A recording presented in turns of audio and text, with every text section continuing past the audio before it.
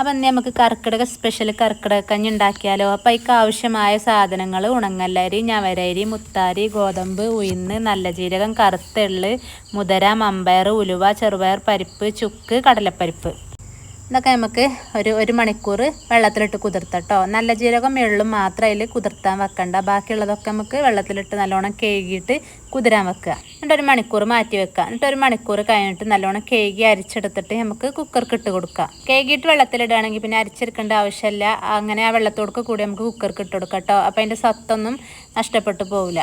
പിന്നെ എള്ളും നല്ല ജീരകം ഇട്ടുങ്ങാണ്ട് പാകത്തിന് വെള്ളം ഒഴിച്ചുങ്ങാണ്ട് ഒരു 3-4 വിസിലിന് നമുക്ക് വേവിച്ചെടുക്കാം. പിന്നെ കുക്കറിൻ്റെ ആവിയൊക്കെ പോയിട്ട് നമുക്ക് കുക്കർ തുറന്ന് നോക്കാം. അപ്പോൾ നല്ലോണം വെന്ത് സെറ്റായി ഉടഞ്ഞ് വന്നിക്കണം കേട്ടോ. എന്നിട്ട് നമുക്ക് തേങ്ങാപ്പാൽ ഒഴിച്ച് കൊടുക്കാം. പിന്നെ നമുക്ക് ഇതൊക്കെ നല്ല നാടൻ നെയ്യ് ഉണ്ടല്ലോ, അതൊരു സ്പൂണ് അതിട്ട് കൊടുക്കാം.